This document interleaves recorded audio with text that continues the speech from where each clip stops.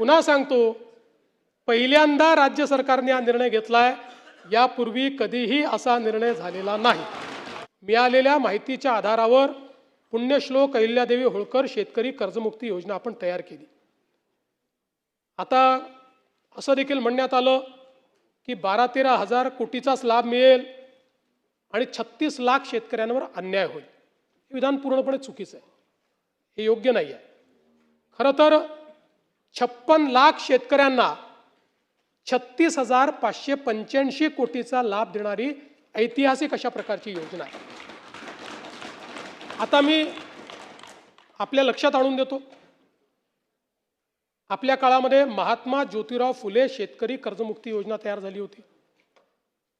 यामध्ये केवळ अल्पमुदत पीक कर्ज आणि पुनर्गठित कर्जासाठी 2 लाख रुपयापर्यंत ही योजना तयार केली होती। मात्र पुण्यश्लोक अहिल्यादेवी होळकर मध्ये आपण 2 लाखापेक्षा जास्तही ज्यांची थकबाकी आहे त्यांनाही 2 लाखापर्यंत देतोय। आपल्या योजनेत 2 लाखावर 1 रुपया जरी वर असेल तरी त्याला कर्जमाफी मिळालेली नाही। इथे 2 लाखाच्या वर असेल तरी त्याला आपण ती कर्जमाफी देणार आहोत। आणि आपण जर बघितलं तर महात्मा ज्योतिराव फुले शेतकरी कर्जमाफी योजना जी आहे याच्यामध्ये 32 लाख शेतकऱ्यांना त्या ठिकाणी लाभ मिळाला होता।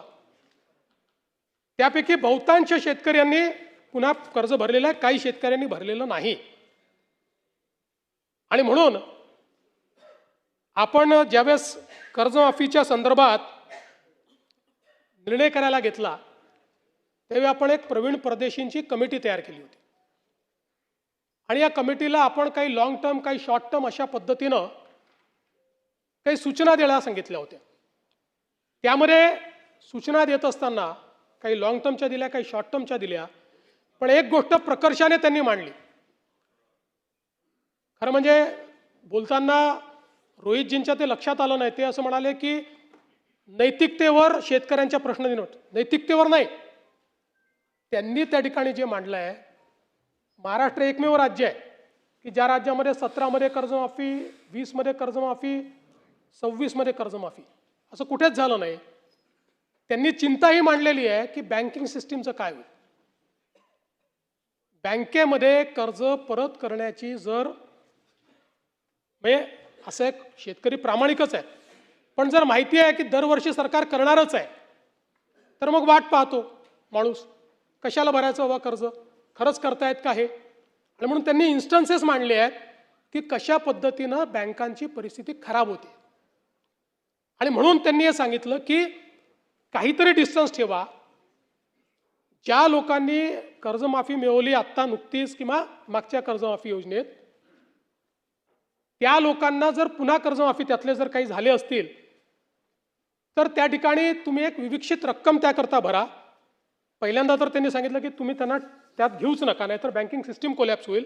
पण मग त्यांनी सांगितलं की विविक्षित रक्कम भरा, काही रक्कम त्यांना भरू द्या, म्हणजे मग या ठिकाणी बँकिंग सिस्टीम चालेल। आता मुश्रीफ साहेब या ठिकाणी आहेत।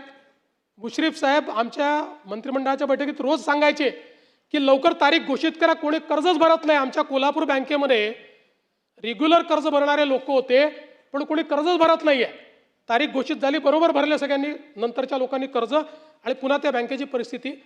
आज तुम्ही बघा नागपूरची आमची बँक 90% नागपूरची बँक मागच्या घोटाळ्यात बुडली। आज शेतकऱ्यांच्या तुलनेत सगळ्यात कमी जर कर्ज कुठे मिळत असेल तर ते नागपुरात मिळतं, कारण बँक नाही आहे। जिथे जिथे बँका बुडल्या त्या त्या ठिकाणी ही परिस्थिती तयार झाली। आणि म्हणून आपल्याला शेतकऱ्याला तर कर्जमाफी द्यायचीच आहे, पण सोबत बँकिंग सिस्टीम करता काही शिस्त लावणं हे देखील गरजेचं आहे। म्हणून अशा पद्धतीची शिफारस ही त्यामध्ये आली। आता मी तुम्हाला पुन्हा सांगतो की आपण जर बघितलं तर पहिले आम्ही 17 मध्ये छत्रपती शिवाजी महाराज शेतकरी सन्मान योजना केली, ज्याच्यामध्ये जवळपास त्या ठिकाणी 44 लाख शेतकऱ्यांना आपण मदत केली। यात 24 लाख शेतकऱ्यांना कर्जमाफीची योजना होती, 4.27 लाख शेतकऱ्यांनी एकवेळ समझोता केला. 14,89,000 शेतकऱ्यांना आपण प्रोत्साहनपर पैसे दिले. आणि मग जेव्हा महात्मा ज्योतिराव फुले शेतकरी कर्जमुक्ती योजना आली त्यावेळी रोहित पवारजी आपली माहिती चुकीची आहे. 2017च्या योजनेमध्ये लाभ मिळालेल्या म्हणजे छत्रपती शिवाजी महाराज योजनेत लाभ मिळालेल्या शेतकऱ्यांना 2019च्या कर्जमाफी योजनेतनं वगळण्यात आलं, देण्यात नाही आलं, हे वगळण्यात आलं. त्यामुळे या ठिकाणी 17ला लाभ मिळालेल्या शेतकऱ्यांना महात्मा ज्योतिराव फुले कर्जमुक्ती योजनेत लाभ मिळालेला नाही, त्यांना वगळलेला आहे. म्हणून आपल्याला मिळालेली माहिती वस्तुस्थिती दर्शक नाही आहे. एवढंच नाही, 2008 साली देशामध्ये कर्जमाफी झाली, त्यानंतर 9 मध्ये आपण आणली महाराष्ट्रामध्ये, 8 नंतर. आता 9 मध्ये देखील आपण ज्यावेळेस आणली त्यावेळेस 8च्या माफीमध्ये जे समाविष्ट होते त्यांना आपण वगळलं आणि इतरांना आपण 20,000पर्यंत त्या ठिकाणी मदत केली. मर्यादा जी होती ती 20,000ची मर्यादा होती. जवळपास 34 लाख शेतकऱ्यांना 4,000 कोटी रुपये आपण 2009 साली दिले होते. आणि म्हणून हे काही पहिल्यांदा झालेलं नाही आहे. या प्रत्येक वेळी लगतची जी कर्जमाफीची योजना आहे त्या कर्जमाफीच्या योजनेतल्या जे पात्र झाले आणि ज्यांना लाभ मिळाला त्यांना वगळण्यात आलेलं आहे. आणि आपण जर बघितलं तर याच्यामध्ये परतफेडीच्या संदर्भातही हे जे टाकण्यात आलं की 2026 आणि 27ला पैसे परत केले पाहिजे, याच्या मागचा उद्देश हाच होता की आपण ज्यांना प्रोत्साहन देतोय, प्रोत्साहन घेत असताना त्यांनी पुढे नीट कर्ज भरलं पाहिजे, या दृष्टीनं आपण या ठिकाणी अशा पद्धतीची योजना केली होती.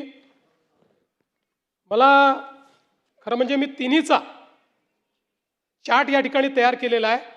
आपल्या लक्षात येईल आत्तापर्यंतच्या योजनांमधली सगळ्यात मोठी योजना ही यावेळची कर्जमाफीची योजना आहे.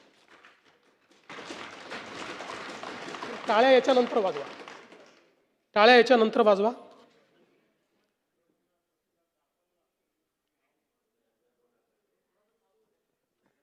सातत्याने या संदर्भात अटी शर्ती आहे तशी मागणी होत होती. आज जवळपास आमच्या रणधीर सावरकरांच्या नेतृत्वात महायुतीचे सर्व आमदार मला भेटले आणि त्यांनी सगळ्यांनी मागणी केली की ही 50,000ची अट तुम्ही काढून टाका.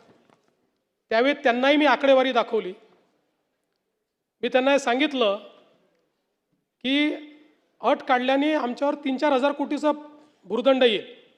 फार येईल असं नाही, 4,000 कोटीचा येईल, 5,000 कोटीचा येईल.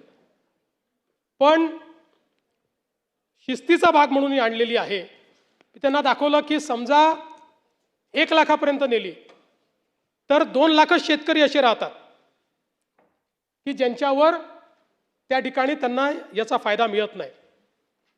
पण तरी देखील सगळ्यांचं मत होतं की 2 लाख शेतकरी का सोडता. केवळ त्याच्याकरता शेतकऱ्यांमध्ये अशी भावना होईल की कोणाला ठेवलं आणि कोणाला वगळलं. त्यामुळे मी आर्थिक शिस्त सांगत होतो आणि ते लोक मला हे सांगत होते की आपण व्यापक विचार केला पाहिजे आणि शेवटी लोकशाही आहे, त्यामुळे लोकशाहीमध्ये त्यांचा व्यापक विचार मी मान्य केला. आणि आता हे जे महात्मा फुले कर्जमाफी योजनेतले जे लोक होते ज्यांना 50,000 रुपयापर्यंत आपण म्हटलं होतं त्यांनाही 2 लाखापर्यंत कर्जमाफी झाली. आणि त्यासोबत 26-27चा जो नियम आहे तोही वगळण्यात येईल. आता आपल्याकडे तर सगळं आहेच. 26 मध्ये कोणी कोणी पैसे भरले आहेत जसं यांनी सांगितलं 95% लोकांनी पैसे भरले. त्यामुळे आता त्याच्या आधीच्या 3 वर्षातले कुठलेही 2 वर्ष ज्यांनी रेग्युलर भरलेले आहेत ते सगळे लोक याकरता पात्र होतील.